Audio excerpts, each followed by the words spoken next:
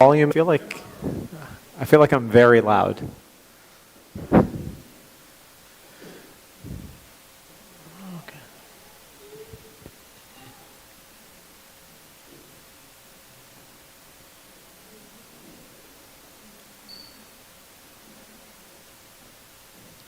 Bismillah.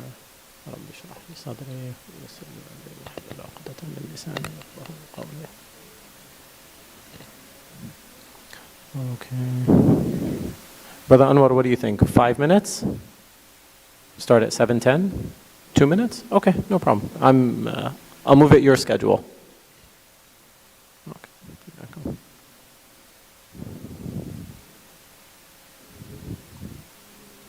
I'm fine. Yeah. Okay. Yeah, I'm okay.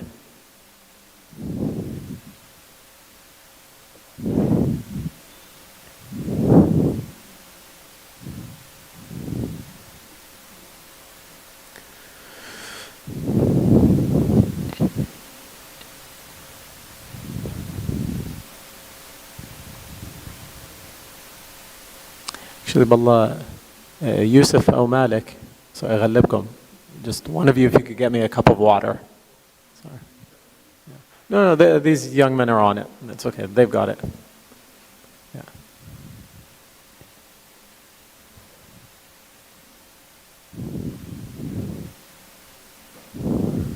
No, it's good. The brother's on it. Jazakallah khair.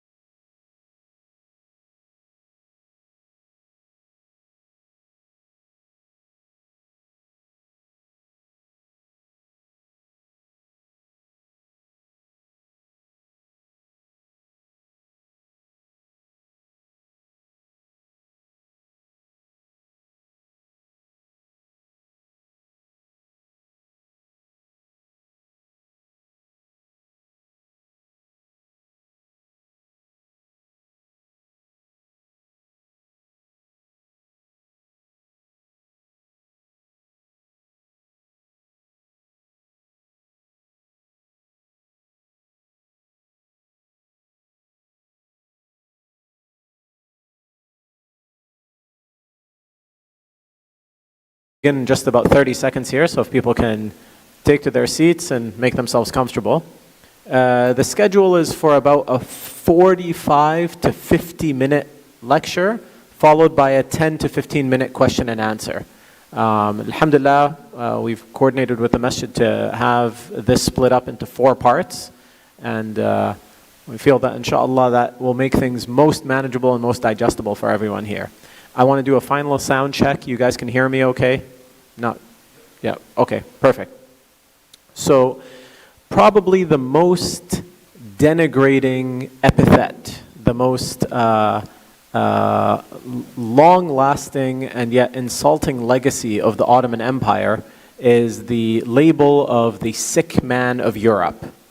So for those who are not familiar, particularly throughout the 19th and early 20th century, the Ottoman Empire, first it was a piece of Russian propaganda, but then eventually became a piece of British propaganda that labeled the Ottoman Empire as the sick man of Europe. So my question to you is this, and we're a small enough group, an intimate enough group that I could ask a question and inshallah I will get some answers or some feedback. I want to make sure that I'm on the right slide, perfect. So my question to you is this. If the Ottoman Empire was the sick man of Europe, when did it catch its cold? When did it become sick? In other words, what was the point that the Ottoman Empire began to decline? Any amateur historians here? Anyone interested in Ottoman history? Right? Anyone know, in popular discourse, what is the event or what are the events most commonly associated with the decline of the Ottoman Empire? Anyone? And you could just raise your hands, don't be shy. The beginning of the decline of the Ottoman Empire. Malik, I feel like you want to say something. What do you have? What do you have on your mind? What do you think?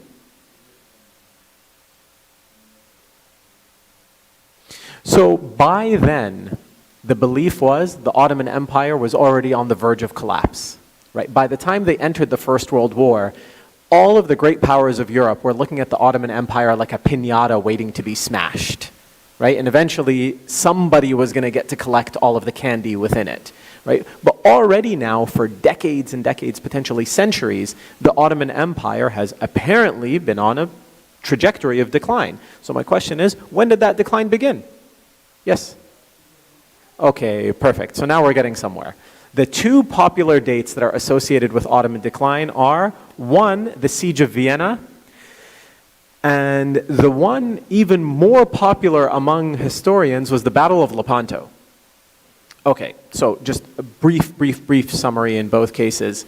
The Battle of Lepanto was at that time the biggest naval battle to ever take place. And the Ottomans had been dominating the Mediterranean for the better part of like 200 years at this point. And suddenly this like collection of Venetian merchants and basically like a crusader army met the Ottomans in the Eastern Mediterranean. It's also known as the Siege of Malta. And it was a catastrophic Ottoman defeat. It was a huge Ottoman defeat. The whole battle itself only lasted for something like 2 hours. Like, it wasn't that long. But when you think a 2-hour naval battle, like full-blown naval battle, it was pretty intense. That was 1571. The Siege of Vienna, 1683, sometime nearly a century, just over a century after that, was the failed taking of Vienna by Suleiman the Magnificent. Now, the problem that I have with this narrative is pretty simple, especially as it relates to the Battle of Lepanto. Many of us, is there anyone here of Turkish ancestry? Anyone? Okay, so one person, right? But for many of us of sitting in the room, and I'm looking around, it didn't look like there are many people of Turkish ancestry, yet we still think of the Ottoman Empire as the last Khilafah, right? The last manifestation of the Khilafah. But the Ottoman Empire really only became a Khilafah in 1517. To really be recognized with any legitimacy as a Khilafah, you needed to control Mecca and al-Medina and al-Quds. And the Ottoman Empire only came into the possession of these places in 1517. The bulk of the research that I do is on Ottoman Palestine. This is my real special area of interest. And so if you look at the Battle of Lepanto as 1571, and you realize that the defeat of the Mamluks was only in 1516 or 1517, I get two contradictory impressions. On the one hand, the story being told is that the Ottomans began to decline almost immediately after their most significant territorial expansion into the east. All of the things that I research and all of the things that I study about Ottoman Palestine, in the narrative that is proposed, all apparently took place in a period of decline. Do you understand how confusing that is? Let me repeat this again for you. Ottoman Palestine, my area of interest, the clock starts ticking 1516, 1517. But according to European historians, the Ottoman Empire was in a period of complete decline and decay 1571 onward. This makes no sense. Essentially what I'm telling you is that there is a myth that the Ottoman Empire was in a period of decline for 500 years. And I'm sorry, but decline just doesn't work that way. And not only that, but something else that's kind of, important to me as I read through this is, suppose that times were tough, or suppose that the Ottomans had lost some of their advantages. Suppose that the Ottomans were no longer as competitive as a superpower as they once were. Did it feel like that to the people living at the time? I'll pose a hypothetical question to you before I get too bogged down here. In hindsight, January 6, 2021 may be thought of as the starting point of American decline, right? The right-wing rallies around the White House, storming into the Capitol building. I'm presuming you guys know what I'm talking about. 100 years from now, they may say that was the beginning of American decline. Maybe the war in Ukraine will be thought of as American decline. Okay? But it doesn't feel like it right now, right? All of us have either Apple or Android phones. We're using smartphones that are dominated by American companies, using American operating systems, using American software technology. We're driving vehicles that are manufactured in the United States. We are using weapon systems. We're using transport systems that are all manufactured. None of it feels like decline.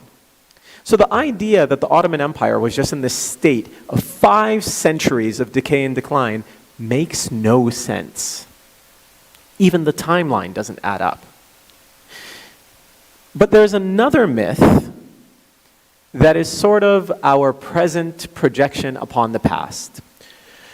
The Muslim world is in such a dark age. We are in such a frustrating period in our history that we look back on the Ottoman Empire sometimes accurately, but often with a degree of rose-colored glasses that completely distort our picture of the past.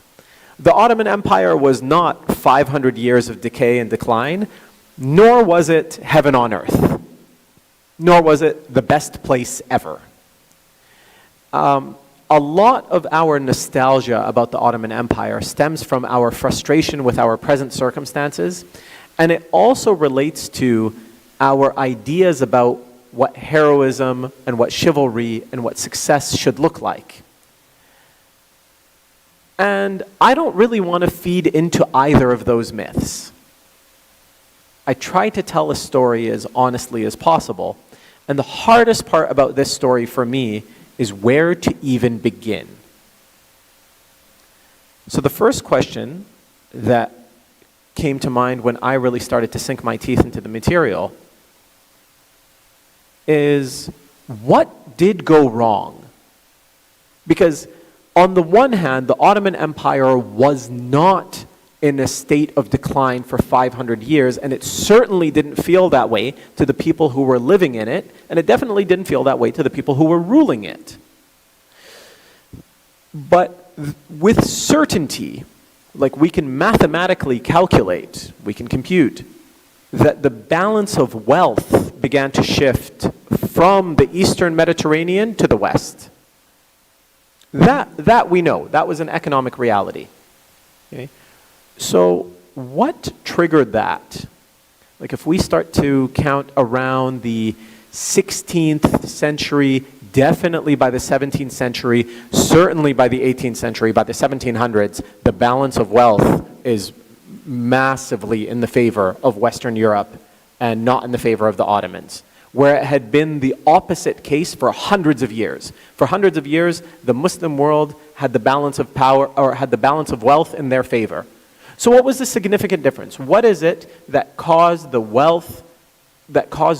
wealth to shift or tilt in favor of Western Europe? Because there was an event.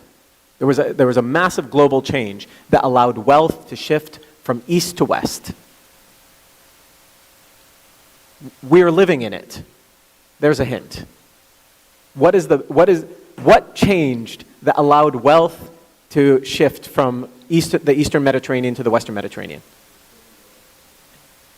Colonialism, right? Yes, the discovery of the New World. So that begs the question then, why no Ottoman America?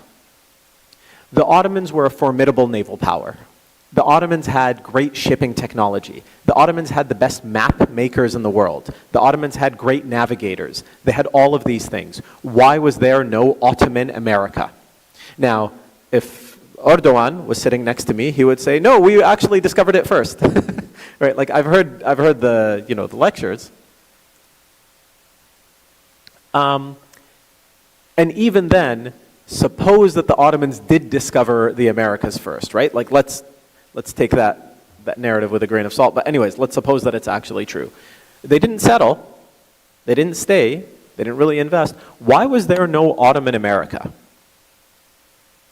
To answer this question, we need to ask, what was the motivation to find the New World in the first place? Now this is an elementary question, right? This is a basic question. Why did Christopher Columbus sail across the Atlantic? Judy? Okay, he was looking for spices. Where did he expect to get the spices from? India. Christopher Columbus was looking for a new route to India. What was wrong with the old route to India? Yeah? It went through the Ottoman Empire. You see, the Ottomans controlled the route to India. They already had in their possession the most lucrative economic route on earth. The Ottomans had in their possession the Silk Road, or the successor to it, and the Spice Road. They already had direct access to the Eastern Mediterranean, and all of the territory, essentially, all of the territory, was safe passage for them, from their territory all the way through to the spice routes of India. So the Ottomans, for them, and you really need to think about this, like the ROI, the return on investment for discovering the New World was super unclear. Like it was not a foregone conclusion that sailing across the Atlantic in a bunch of rickety boats was going to generate a return for you. And for the Ottomans, this investment just didn't really make sense, given that there was nothing wrong with their existing route to India. Even decades into the discovery and the colonization of the New World, an element within every single decision-making brass was, who cares? The significance of discovering the New World and extracting the resources from within it was not immediately obvious to anyone. And certainly, least of all the Ottomans, given that their alternative routes were already really good. So there is no Ottoman America. There's no Ottoman America. That means the theft of gold and silver and this enslavement of indigenous peoples, all of that which brought wealth to Western Europe, causing incredible spikes in inflation, like unbelievable spikes in inflation. That's how much wealth was flowing through Western Europe. By way of comparison, the wealth of the Ottomans was now being slowly dwarfed by these emerging empires. Now, among these emerging empires was a little hamlet called Britain, which is not really anything all that significant certainly not in like the 15th century. Like London was a mud hut compared to Constantinople, right? Like you couldn't put the two in the same category. So why did the Industrial Revolution happen in the United Kingdom and not elsewhere? I should say at this point, as far as economists are concerned or economic historians, the Ottoman Empire wasn't really in the running for the place where the Industrial Revolution should have taken off, but didn't. The most likely candidate, if you were like a betting person, if you were a gambler, and there were, betting odds on different places to start the Industrial Revolution, and you could have bet actively at that time, the smart money would have been on China. Would have made way more sense that the Chinese, that the Industrial Revolution would have been sparked in China and not in the United Kingdom. So years ago, I took a course on this subject, and I had one of the best professors I ever had. Unfortunately, I can't remember his name, and even more unfortunately is that I lost the book that he wrote, which he used as the foundation of the class. So he walked us through numerous theories about why the Industrial Revolution happened in the first place and why it happened in the UK. The most common narrative that you'll find revolves around something akin to like the Protestant work ethic, which is that the Protestant Reformation really reimagined people's relationship with God and people's relationship with the Bible, and the idea of fulfilling yourself through work was a very central part of the Protestant ethos, and so that's why it happened in Europe and in the UK in particular. And all of that sounds like very self-congratulatory nonsense. Like, I'm sure there are tons of lazy Protestants around the world. And he gave a very compelling argument. He said that the single greatest variable was the introduction of intellectual property rights. So the United Kingdom had more advanced and more enforceable, more advanced and more enforceable intellectual property rights, which means if you invented something or you created something, you could put your name on it and say, that's mine. And not just that this thing that I just made is mine, but any other machine that looks like it, any other product that looks like it is also mine. And through that, some of the inventors and some of the creative types that were even in northern France began to move toward the United Kingdom because it was a place where their ideas could be protected. And in such a legal environment, the Industrial Revolution became more likely to take place. For what it's worth, in the Muslim world, we had an entirely different institution that served us very well in terms of delivering products and services, but it did not necessarily lend itself to industrialization or capitalism or mass production. And those were awqaf. So even this morning, as I was reading about a town in Palestine called al-Lid, I discovered that there were tons of awqaf. A waqf is a private trust, like an institution that you might build, like a well, like a bakery, like even like a smeltering plant, what do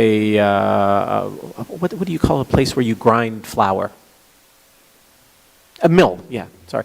So a mill, any of these could be a waqf. And oftentimes these awqaf, like there were awqaf that were started by wealthy individuals, that were established by wealthy individuals all over the Ottoman Empire, and the proceeds of that waqf may be going to fund a project that was nowhere near the waqf in the first place. So the waqf, the awqaf in al-Lid in Palestine, two of them at least, were being used to fund the proceeds of the renovation of Masjid in al-Quds, like kilometers and kilometers and kilometers away. I mention that because the awqaf were very good for delivering services, but the awqaf were not really ever designed for like mass industrialization. Okay.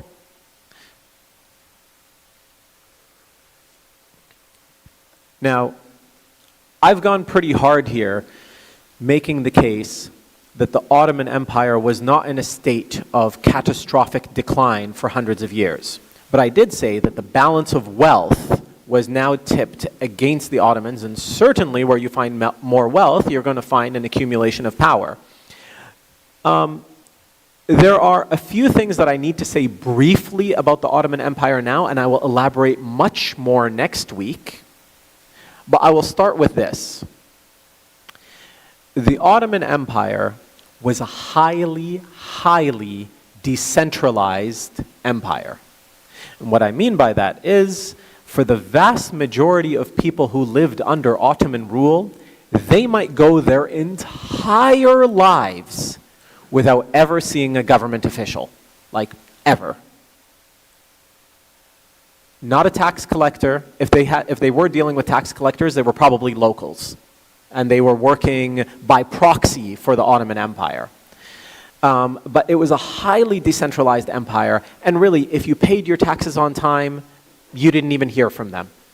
Especially for the Muslims, it's like they weren't even there. They were kind of just operating in the background. And in terms of leadership, this is very important. And I'm going to have to go on like a little bit of a tangent here, but I hope you can all follow me for this tangent. I'm going to take you all the way back to the end of the life of Rasulullah sallallahu alaihi wasallam.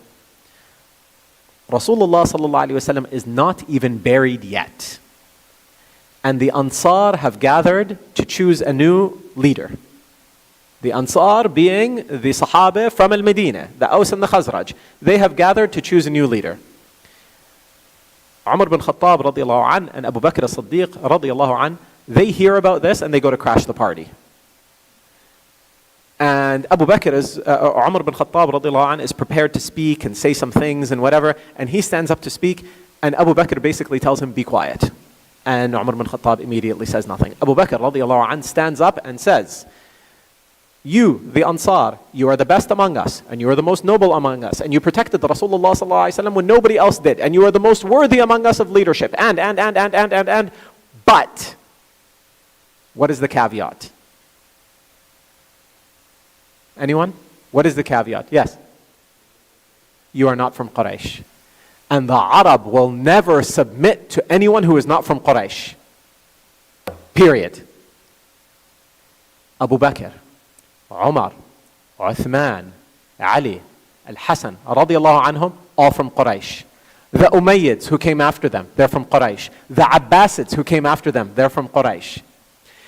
The Ottomans were the first to take on the title of the Khilafah. The Ottoman Sultan was the first to take on the title of Amir al-Mu'mineen without being from Quraysh. Other people like you would say, what about the Mamluks? What about Salah ad-Din? What about, they all ruled with an Abbasid figurehead. Like Salah ad-Din never claimed the Khilafah for himself. The Abbasids were still there. The Ottomans were the only ones who said, we are the Khilafah. And this was fine if things were going well. Like if the good times are rolling and things are going well and everybody has food on the table and you're paying your taxes and we're not being raided by crusaders or pirates or Bedouins, khalas, who cares? It's not a big deal. The Ottomans essentially ruled by, I don't like the word divine right. It's a very Eurocentric term for Ottoman rule. But the idea was, for hundreds of years, the people who are in power are supposed to be in power. It is a natural way of the world that the Ottoman Sultan and the Ottoman family, they are the ones who are supposed to be in power. Right? And the poor are basically supposed to be poor. Upward mobility was not really a common theme in this period. There were 3 events that massively changed the world and certainly changed things for the Ottoman Empire. Okay. These 3 events did not come out of nowhere, and had they not taken place here, they may have taken place somewhere else. So the first thing that I want to say before I actually introduce you to these events, and this is kind of where we're going to end up wrapping up the day, is that the advent of high-speed transportation, of industrialization, and of mass print changed the way that people could think. I don't mean they were introduced to new ideas. I mean at the very foundational level, the way that people could process information changed. With my grade 7 students this week, we spent a whole hour just talking about maps. Okay, I want you to imagine this for a second. Can you imagine where Canada is in the world? Like if you close your eyes and try to imagine it. Can you do that? Okay. Can you imagine where British Columbia is in Canada? Can you imagine where Burnaby is in British Columbia? And for those of you who live in Burnaby, I don't, I live in Surrey, but those of you who live in Burnaby, if I ask you close your eyes right now and imagine like a Google Maps grid of exactly where we are and your route home, can you imagine it? Okay, all of that is because you've seen maps. All of that is only possible because of the advent of cartography, like map-making technology. If you are not convinced, the same thing that I just asked you right now, try to imagine it, but regarding your place in the universe. It's much more difficult. We haven't mapped out the entire known universe. So if you say, yeah, maybe in our solar system, like in the Milky Way or something, like I've kind of got my bearings, but in the whole universe, you have no idea.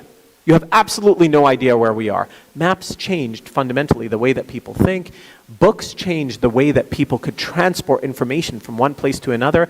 High-speed transport changed the connections between people. Suddenly, these masses of people who never felt like power was supposed to be for them, right? And not only that, but didn't even necessarily believe that anybody else shared the same experience as them. If your life is miserable in Ankara or Baghdad or Cairo, you didn't have any credible reason to believe that there were 100,000 people 200 kilometers down the road who shared the same misery as you. There's no evidence of it. 200 kilometers is really far, right? Unless you meet someone from that town, you don't know with any certainty that the people there are miserable just like you. High-speed transport, mass print, changed that dramatically. And the first place to really experience that change was France. 1789 was the beginning of the French Revolution. Because this is not a European history lecture, I'm not going to go too deep into the details of why the French Revolution happened, but it was basically a popular uprising against a monarch. Was it the first popular uprising in human history? No. But it was certainly one of the biggest, and it was definitely the first that was aided by high-speed transportation, mass print, industrialization. It was the first to have, and those things are like steroids for populism, right? If you think of what a mass movement needs in order to, fuel its fire, yeah, those things help a lot. And it was a moment where the divine right of kings clashed against this new concept that we could call popular will. The idea that a large group of people have a collective will. Not just that there is a mass of people. Please understand what I'm saying. We've always known there were big cities. We've always known that there are people. But suddenly, the idea that all of these poor and beat up and downtrodden people all together have a collective iradeh, a collective will, that was kind of new. And it pushed the slogan, liberty, equality, and fraternity. And this scared the life out of the European monarchies because they all ruled by divine right. The strong will do what they can, the weak will suffer what they must. And the rich, not just the rich, the powerful are in power in a very natural way, in the same way that the sun rises on the east and sets on the west. Right? This royal family is the royal family in this place because it's natural. This is just what's normal. So they saw this as a type of kufr, as a type of apostasy to the natural order of the world. And the French Revolution was this incredibly messy thing. Really, really messy. And only with hundreds of years of hindsight could we even refer to it as a single event. But somewhere mixed into this event, this tiny little man, born in Corsica, goes and shatters Europe. Okay? Napoleon Bonaparte becomes a general in the French military, and initially, by the way, the Ottomans love this. Not Napoleon, but they love the French Revolution. Because they're like, let these people devour each other. Let them deal with this mess for 1,000 years. This is really, pleasant news to Ottoman ears. And they had very good relations with the government of revolutionary France because it was against their enemies, right? The other European monarchies. So in their perspective, maybe this is good news and maybe it'll spread instability everywhere. Napoleon arrives on the shores of Jaffa in 1799. He arrives in Egypt shortly before that. His stay in both Egypt and Palestine are not particularly successful. They are impactful, but they're not particularly successful. But when he returns to Europe, by 1804, Napoleon becomes Emperor of France. And Napoleon steamrolls through Europe. He smashes one European military after another. And he's able, for the first time, to industrialize warfare. Napoleon bragged to other European diplomats, said, I go through 30,000 Frenchmen in a month. That he was just churning out soldiers in numbers that they absolutely could not fathom, that they could not imagine. And this was largely possible because of the emergence of something like a national will. Previously, for hundreds of years, when people raised armies, some nobleman would go and find a band of people that he could sponsor to go to, fight this jihad or this crusade or whatever it is. And we think of these things hundreds of years later as armies like our modern armies, but generally they weren't. Okay? Maybe they would submit to the command of a single commander or something like that, but they were nothing like our modern national armies. The French military was the closest thing that we have seen to the recruitment and the armament and the deployment of a national army of the modern age. It was truly revolutionary. Napoleon was, of course, a fantastic tactician. He ended up losing to the Russian winter more than anything else, and then eventually was like really finally defeated in the Battle of Waterloo. But as a result of the rise in popular will, and B, the militarism of Napoleon, as a consequence of these two things, the great powers of Europe came together and basically said, how can we stop the spread of democracy in Europe? And by democracy, I don't just mean like the voting system. I mean the very idea that there is such a thing as a popular will, as a national consciousness. How can we stop this? And at the same time, how can we prevent another Napoleon from rampaging through Europe? And the solution was the Concert of Europe. The Concert of Europe was essentially a gentleman's agreement between the great powers of Europe, or the so-called great powers of Europe, to maintain quiet in Europe.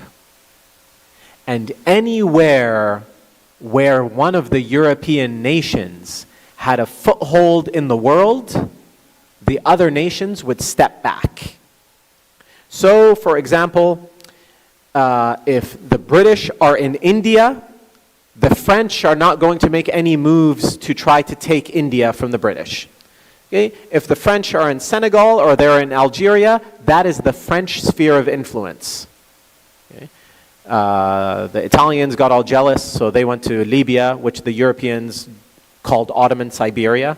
They were thought, why are they spending all this effort going to a place that was like so sparsely populated? Of course, not reflecting at all at the actual experiences of the indigenous people. But all of this was basically to carve out spheres of influence. Now, who do you think the Concert of Europe did not include? The Ottomans, of course. So why were the Ottomans shut out from the Concert of Europe? This is what historian Andrew de la Tolla calls the civilizational standard. The Concert of Europe was a Christian club. In the perspective of Europe of the time, Christianity, so first of all, race and religion and language were intertwined in a single sphere of civilization. And in the perspective of Europe at the time, the Ottoman Empire was the example of the uncivilized. I could go so far as to make the argument that a core purpose of the Concert of Europe was actually to isolate the Ottomans. And that ends up definitely being true because one of the foundational tenets of the Concert of Europe is to prevent bloodshed over the Eastern question.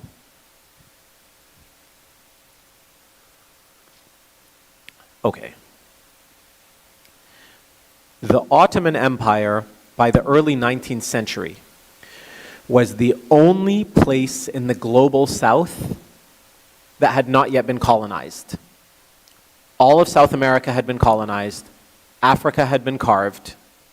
Far East Asia had been colonized, with the exception, I guess, of Japan, but Japan wasn't really a place that you could colonize with ease, right? Japan was like an up-and-coming power. The Ottoman Empire was the last place that you could colonize. Now, the problem is this. Everyone wanted a piece of the pie. And if anyone took too large a piece, it would threaten the entire stability of Europe. If the Russians came in and took Constantinople, the Russians would have a warm water port that they could use for exporting, to amass enormous wealth. If the British came in and took Palestine, if the British came in and took Egypt, then they would have access to India that would massively accelerate their ability and lower their cost of moving goods. If the French came into Syria and just ran roughshod, they could do this with relative ease at this point, but the ramifications for European stability would be war. And so the Eastern question became something that threatened the stability of Europe. The Eastern question is, what do we do with the Ottoman Empire? That's really what the Eastern question is. What do we do with this place that has not been colonized yet? Do we allow one of the great powers to go in, rip it apart, threaten the stability of Europe in the process? Keep in mind, nobody cares what the perspective of the indigenous populations are. Nobody cares what the actual inhabitants of the Ottoman Empire want. The second part of the Eastern question deals with what Europe believed was the unnatural. And the unnatural was the idea that Muslims rule over Christians. So, what do we do about the Ottoman Empire and the wealth within it that we could divide among ourselves? This was something that kept Europe at bay. And the other thing was, how do we protect the Christian minorities who live in Europe, who live in the Ottoman Empire? Okay. These were two things that animated the spirit of the Concert of Europe. The Concert of Europe begins 1815. 1820, the French arrive in Algeria. Egypt, the British are in there and have colonized it by 1882. Morocco, 1907. Libya, by 1911. You see, immediately after Europe comes to an agreement, the rapid colonization of the Muslim world begins. I mean the Muslim world outside of the Indian subcontinent, of course. This was possible because the Concert of Europe made it possible. This was possible because the Concert of Europe allowed for these states to quietly develop spheres of influence. And once they developed these spheres of influence, they were able to grow and infiltrate at their own pace without fear that it's going to spark a European war.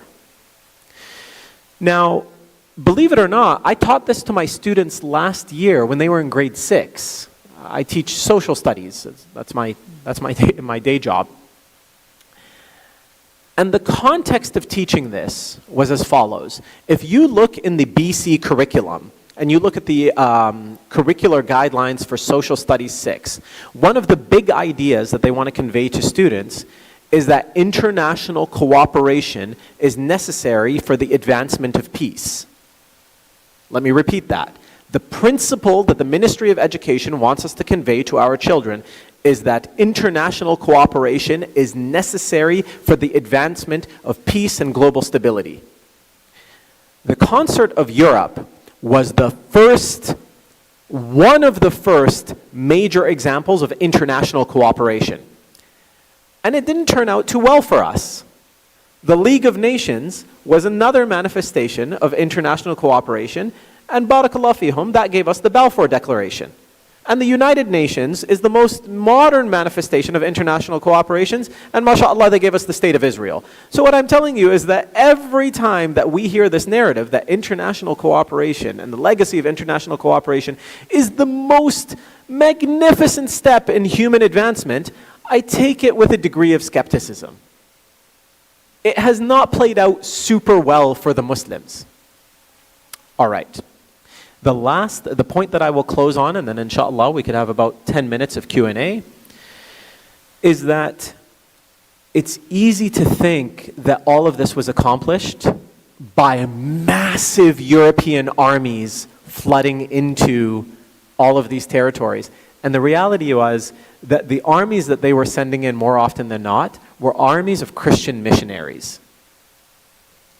In 1820, Algeria is colonized by the French. But in 1820, the first American Protestant missionaries arrive in Palestine. Right? And how did they refer to themselves, these missionaries? Even in their own writings, they refer to themselves as the artillery of heaven. Right? They really saw themselves locked in this galactic holy war. Right? And they were the artillery of their empire. right? Coming to create the social change on the ground. Their primary objective were to convert the Muslims and the Jews of the Ottoman Empire. The end result is that they actually ended up converting the local Christian populations from Orthodox Christianity to Catholicism, from Catholicism to Protestantism, from Protestantism to Catholicism. Really, they played a game of musical chairs within the Christian population. They weren't very successful in converting the Muslims. But what they were successful in doing was planting tiny little flags of influence in all of these places. Don't lose sight of the fact, I know this is like a weird note to end on, but don't lose sight of the fact that India was not colonized by a military. They were colonized by a corporation. They were colonized by a tea company, right? That eventually morphed into a state. These missionaries were all creating thousands upon thousands upon thousands of little states. How many missionaries are we talking? By the end, not even by the Hamidian era, within the late Ottoman Empire, you're talking about something in the neighborhood of 200,000 missionaries across the Ottoman Empire. I'm not talking small numbers here. These are huge, massive numbers. So, next week, inshallah, this was just the groundwork for the troubles that the Ottomans had on the horizon, and it kind of lays the context for the weakened position that the Ottomans found themselves in. Next week, I will introduce you, inshallah, to a massive reform program that the Ottomans pursued in the mid-19th century and the changes that that caused. Inshallah, when I speak next week, I'll try to speak more about the feelings of the indigenous populations, about how they saw all of these changes. Because it's one thing to talk about history at the elite level, smoke-filled rooms with highly paid diplomats wearing nice suits and tarabish, but it's nice to also think about what the average person felt like with all of these things happening in the background. I've put my contact information there. That QR code is if anyone wants to hear more things like this. I do have a podcast on this subject. That leads you to all of my, really all of the links that I have associated with my podcast or my social media. And of course, my email is there as well. It's exactly 7:50. Any questions? Assalamu alaikum. Yeah.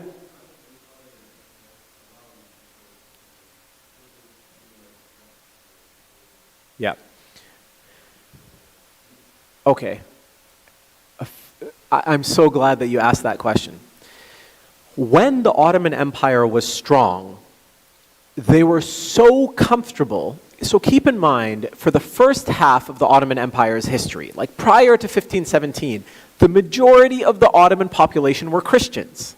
Like before they took over Egypt and North Africa and Mecca and Medina and Al-Quds and Iraq and all of this, they ruled over a majority Christian population. So the Ottoman Empire was very comfortable with Christianity in a way that Europe was not comfortable with Islam.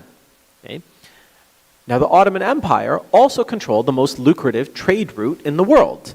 And they want to trade. The problem is that European merchants were so terrified by the prospect. A colleague of mine sent me, she's in Washington, D.C. right now, reading through the, there's like a library just full of these incredible archives of Arab Americans when they first arrived in the United States. And she sent me this transcript of somebody saying, they couldn't pronounce my name. And then they asked me if I was a Turk. And I said, no, I'm not a Turk, but Turks are also Muslim. This is like in 1919 or something. And the person said, do you know that Turks eat babies? I says, what? This is like 100 years ago. So imagine the kind of rumors that they had about traveling through the Ottoman Empire in like the 1400s or something like that. So the Ottomans signed an agreement with the different kingdoms of Europe called the capitulations. The capitulations is actually like a derivative of an Italian word. It doesn't mean like the surrender. Don't use your English understanding of the word capitulation. But the capitulations basically meant that a European, like a Western Christian European traveling through the Ottoman Empire for business or for politics will have diplomatic immunity. Like they will not be harmed. Basically, if they commit a crime, they will be under the sovereignty of their consul, like of their ambassador. Okay? And the Ottoman Empire was so comfortable doing this because they were powerful. right? Like, if something really went wrong, somebody went on like a killing spree or something, they could do something about it if they chose to, right? The abuses were in their favor because they were the more powerful party.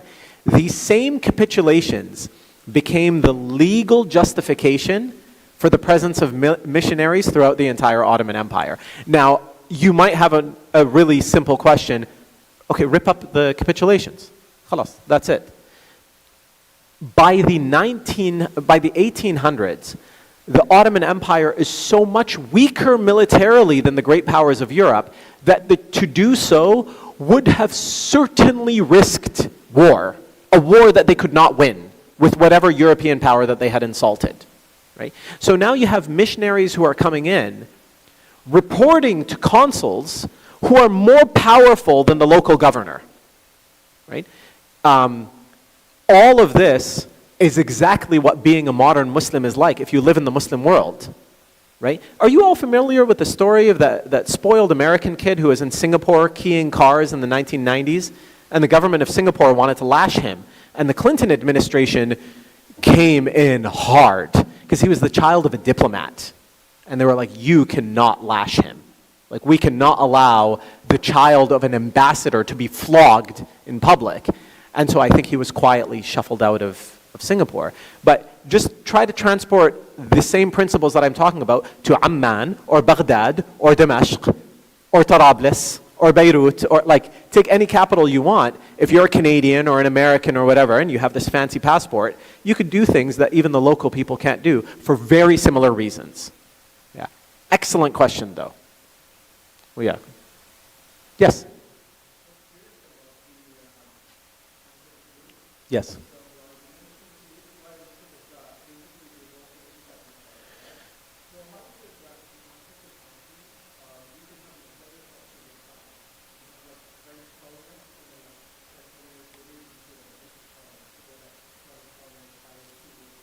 Okay. So most of the time when this happened, it happened before the Concert of Europe. Most of the time. Sometimes they had carved out conflicting zones of influence and they had to duke it out. One of the best examples of that in the 1700s and leading into the 19th century was Afghanistan, between the Russians and the British, right? They had carved out competing zones of influence. It's not like it was perfect, right? Like, this is Europe after all, right? They couldn't even do Brexit like 200 years later. But it allowed for way more stability than what preceded it. Right? So either it will happen, these are conflicting zones of influence, or a lot of the changing of hands happen definitely before the Treaty of Berlin, like in the 1850s. Then they really said, khalas, this is what Africa is going to look like. Yeah. Any other questions?